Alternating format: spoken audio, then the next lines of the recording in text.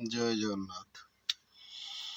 ଜୀବନର ଗତିପଥ ଭାଇ ସମସ୍ତେ ଟିକେ ଭଲସେ ଦେଖନ୍ତୁ, ଭଲସେ ବୁଝନ୍ତୁ।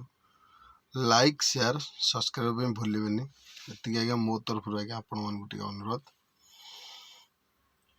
ଗୋଟେ ପିଲା ପାଇଁ ବାପା ତାର କେତେ ସ୍ୱପ୍ନ ଦେଖେ। ମୋ ପୁଅ ଭଲ ପାଠ ପଢ଼ିବ, ବଡ଼ ମଣିଷ ହେବ, ଗୋଟେ ଭଲ ଚାକିରି କରିବ। ବାପା ମାଙ୍କର ଚିନ୍ତା ଏଇଟା ଥାଏ ପିଲାମାନଙ୍କ ପାଇଁ। ସେ ପିଲାମାନେ ଚିନ୍ତା କରନ୍ତି ତାଙ୍କ ପିଲାମାନେ କେମିତି ଭଲ ମଣିଷ ହେବେ, ତାଙ୍କ ପିଲାମାନେ କେମିତି ଭଲରେ ରହିବେ, ସେ ବି ସେଇଟା ଚିନ୍ତା କରନ୍ତି। ଏ ସମାଜର ନୀତିକାନ୍ତିକି ଦେଖନ୍ତୁ। ବାପା ଏତେ ପରିଶ୍ରମ କରି ଗୋଟେ ପିଲାକୁ ମଣିଷ କରିବା ପାଇଁ ତାକୁ ବର୍ଷ ବର୍ଷ ଲାଗିଯାଏ, ଏକଦମ ମାନେ 22-23 ବର୍ଷ ଲାଗିଯାଏ।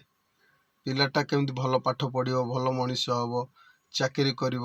ଚାକିରି କରିସାରିଲା ପରେ ବାହା ହେବ। ବାହା ହେଇସାରିଲା ପରେ ବହି ସେଇଠୁ ଆରମ୍ଭ ହେଲା ଷ୍ଟୋରି। ବାପା ମାଆଙ୍କୁ ଛାଡ଼ି ପିଲାମାନେ ରହିଲେ ବାହାରେ।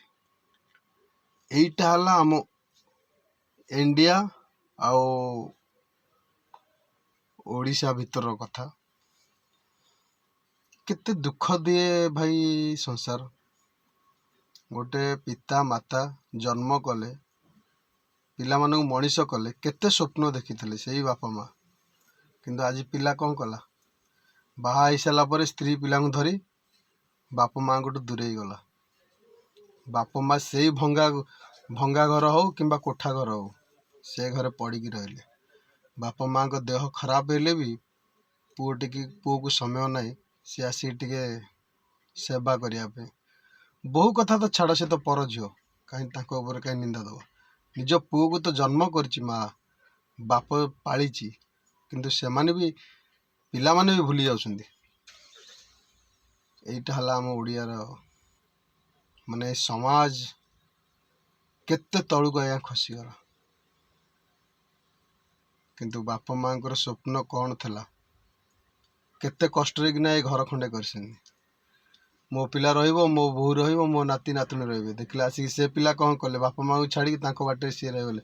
ତାଙ୍କ ସ୍ୱପ୍ନ ସିଏ ଦେଖିଲେ, କିନ୍ତୁ ବୋପାର ସ୍ୱପ୍ନ ଦିନ ପାଇଁ ସେ ସାର୍ଥକ କରିପାରିଲେନି। କ'ଣ କରିପାରିଲେନି?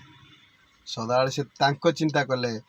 ବାପା ମା ଯେମିତି ଚିନ୍ତା କରୁଥିଲେ ପୁଅଙ୍କ କଥା, ପୁଅ ମାନେ ବାହା ହେଇସାରିଲା ପରେ ସେ ତାଙ୍କ ପିଲାଙ୍କ କଥା ଚିନ୍ତା କଲେ। ବାପା ମା କଥା କିଏ ଚିନ୍ତା କରୁଛି? ଏଇଟା ହେଲା ଭାଇ ସଂସାରର ନୀତିକାନ୍ତି। କେତେ ଦୁଃଖ କହିଲ ଭାଇ। ରହିଲି ଭାଇ, ଜୟ ଜଗନ୍ନାଥ। ସେୟାର ସବସ୍କ୍ରାଇବର ନିଶ୍ଚୟ ଟିକେ କରିବେ। ରହିଲି ଭାଇ, ଜୟ ଜଗନ୍ନାଥ।